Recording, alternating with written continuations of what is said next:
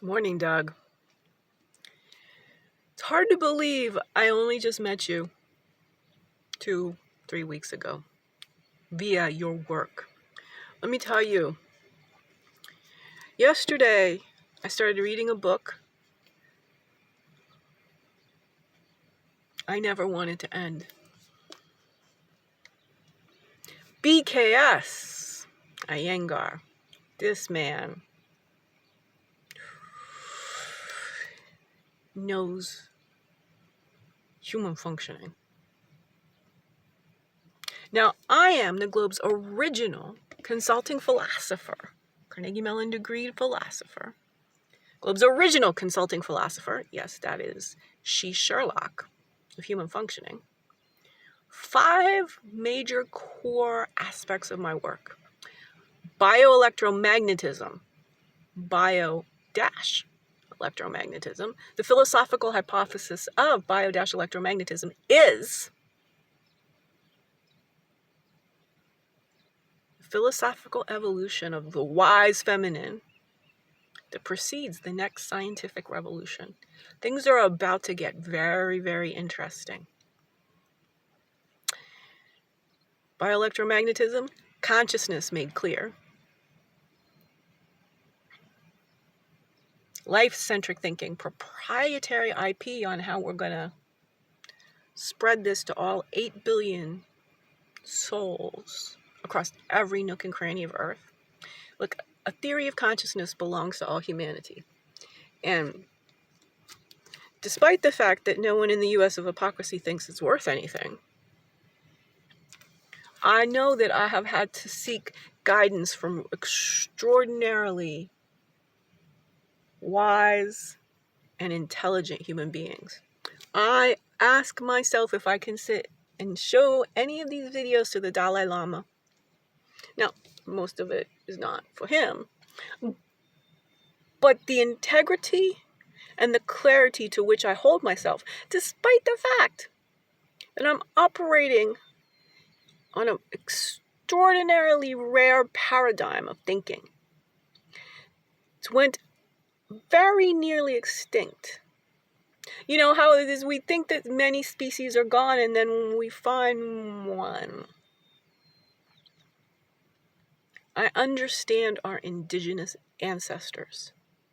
Understand how they thought and why our thinking in the US of hypocrisy has went so perverse. Now, I met you right here. Now, the single most accurate comparable of what I'm capable of doing in the world is Jane Goodall. And while she studied chimpanzees in Tanzania, I would like to go apprentice myself to the San in the Kalahari Desert.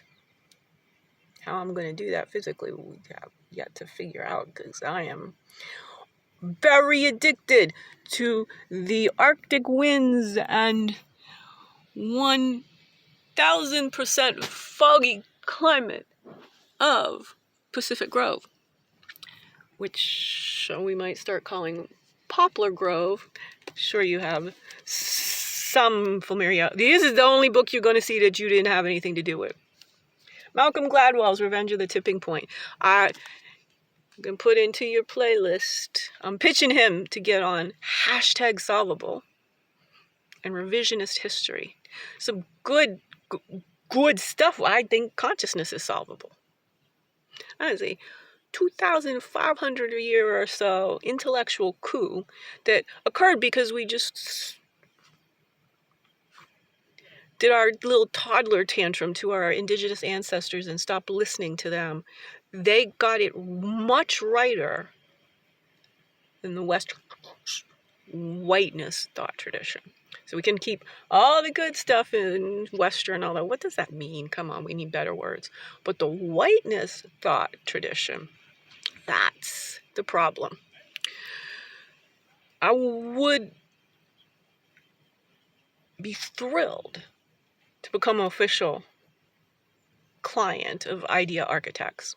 You know, if I wasn't a philosopher, I will be a star architect like Frank Gehry.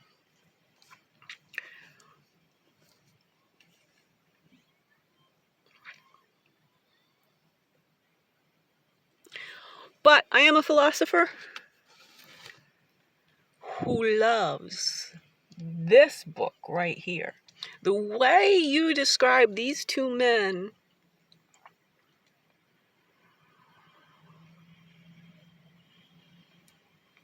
and their affection, their physical affection for each other, it's evolutionary. We really need to make sure the public, I didn't know these books existed. Well, maybe because I spent too much of my time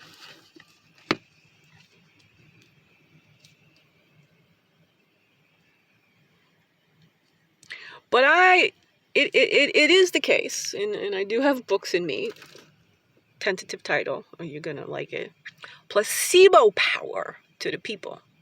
That's my book on how bioelectromagnetism practically gives us a way to come away from the managed care fiasco that's going on. I am a philosopher. Just one more book, because the synchronicity is kind of astounding. David A. Brum, philosopher, in the Spell of the Sensuous, we're basically talking about embodied cognition. And that's what my theory of consciousness has a lot to do with, the science of embodied cognition, what we're going through, what's going to happen. So let me tie all these together.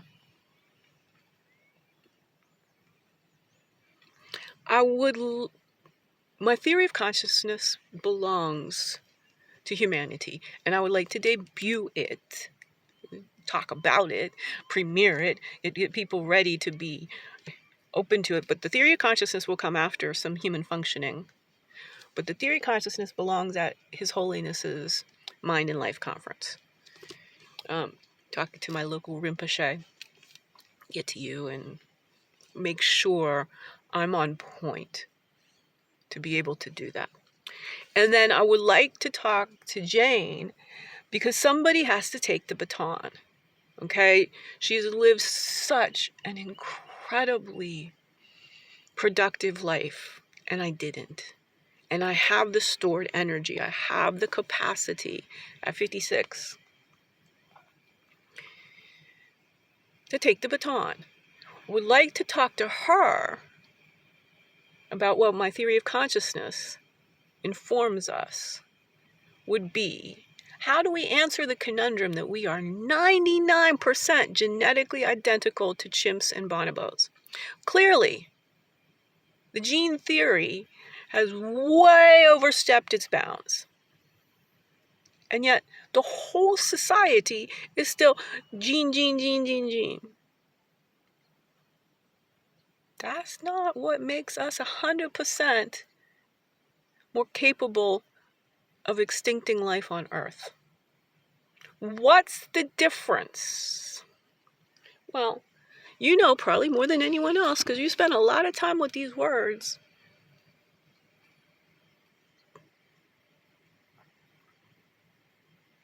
BKS Iyengar has validated my theory. I was 99% certain, now I'm 100% certain. I've been told by the anti-ableist groups that I shouldn't say blind spot, but I kind of think that's appropriate. I think we can't stop saying the word blind. We can stop believing there's something wrong, different, incapacitated when you don't have your eyes. In fact, part of why I am the human that I am, not having a problem, in fact, loving the grayness coming at me, the Pacific, my ocean. I need to stay here. That's why I'm coming to you, work with all your people in Santa Cruz. As far as it goes, yeah, I have a book and a speaking career, podcast working on, movie. I really do need to get to Mark Randolph as well. So I'm coming to you and to him, and then one of you will respond, and then we'll get both of you together. And I know also Rachel is important here. Thank you for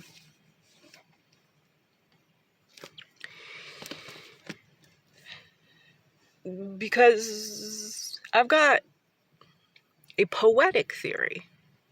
It's a philosophy of everything that is conscious. And that derives into body, mind, soul, integrated human functioning. How does all this work? Well, I'm autistic. Can't be a better thing to be if you want to answer how minds and bodies work together in flow, in harmony.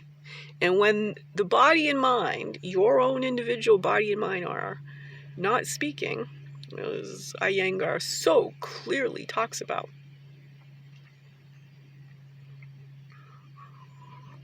that is a life of discordance, and you're tossed into the tumble of the society. You react to the society. You can't be yourself.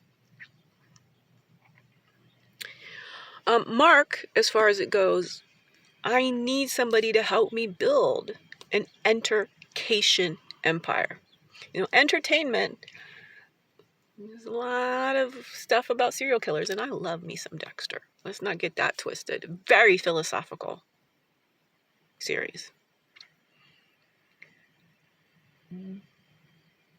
But you got to think about it. And too much of the time, since nobody has any time to think and nobody knows how to think, what the book of that I want to propose, and I know you're working on how to think with the Dalai Lama, and that is probably, I should even look and see if it's, I work long form content. I do like a Malcolm Gladwell, again, trying to get on his podcast, into his world.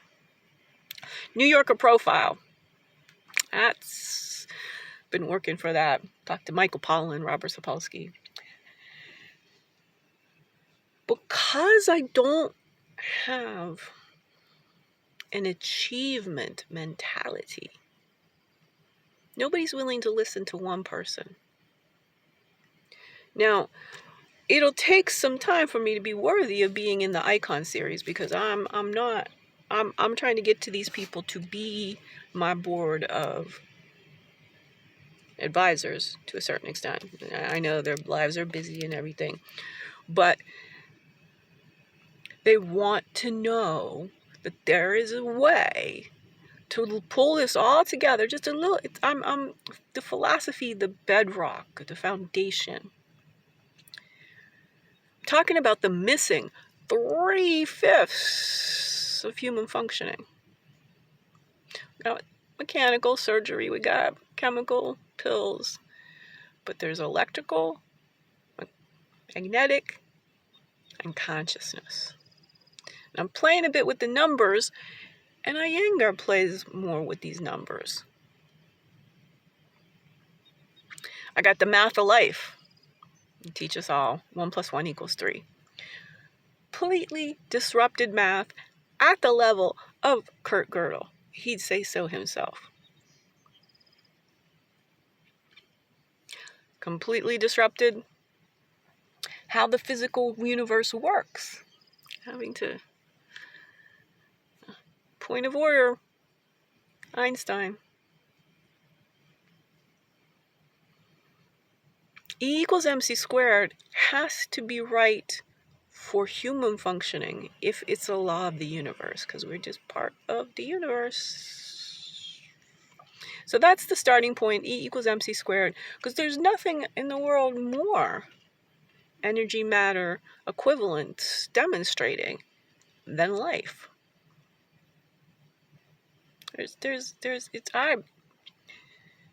I'm using today's language and today's science and today's data to bring back how our indigenous ancestors and just about every wisdom tradition I've seen speaks of this. And the terms are different, the metaphors are culturally, environmentally enveloped.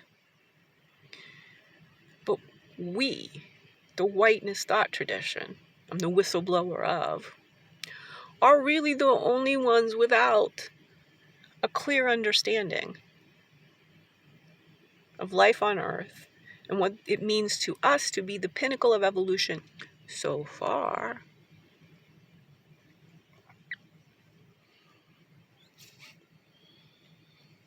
Revenge of the Tipping Point, overstories.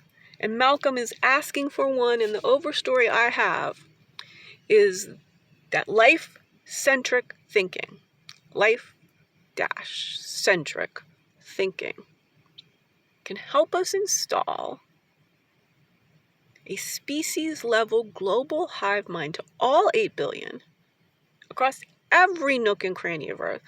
And you are the one to help me get the award world tour. Use a little Tribe Called Quest phrase to go around and talk. We Americans will, but many other places will be like, aha. And thank you for telling us how the U.S. of hypocrisy criminalized you for sleeping.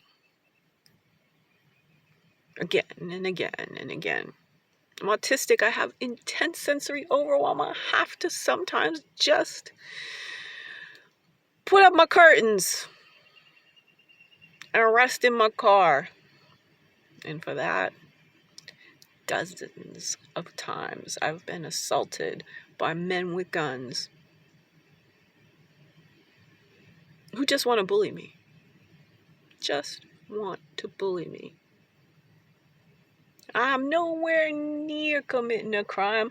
In fact, it is a constitutional felony to suggest that sleeping anywhere you may be doing it, because that's what you've been forced to do, because no one will pay you for hashtag breaking brilliant. That's over to Mark. The enter-cation empire, edutainment is the mouthpiece of whiteness. We need it in some ways. Learn math. There's seemingly not any, but there's different ways of doing math. We've seen this now. I can't really process that through my head because I have sort of, as Nietzsche said, God is dead. And the teacher of my philosophy professor said art is dead. Who killed it? My Carnegie Mellon co-alum, Andy Warhol. I'm the one to shout. Math, science, and technology are dead. Long live life-centric thinking, which is the antidote to the money matters most masculinity of stuff-centric thinking. This is how it all changes. Install that as a species-level global hive mind, life-centric thinking. This is the tipping point. The good tipping point. The not let those with, self-concern.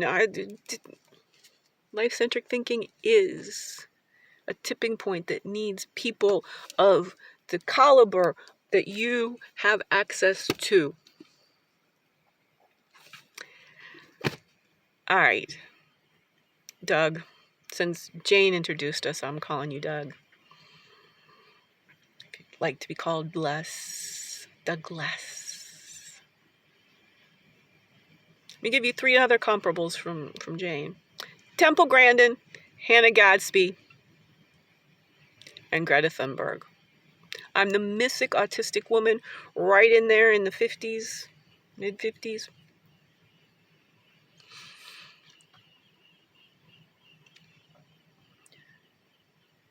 The globe's original consulting philosopher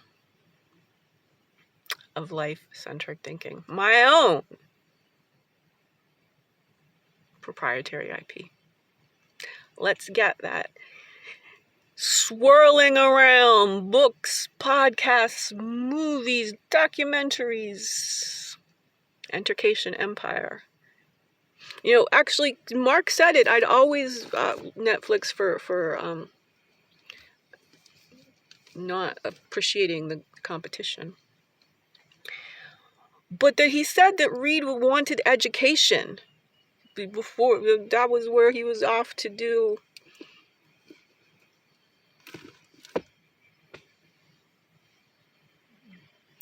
This is a way to make jobs, creative, challenging, fulfilling, meaningful jobs. The Will-Being Philosophy Institute is both a profit and a non-profit. In fact, we need to set it up somewhere else, quite frankly.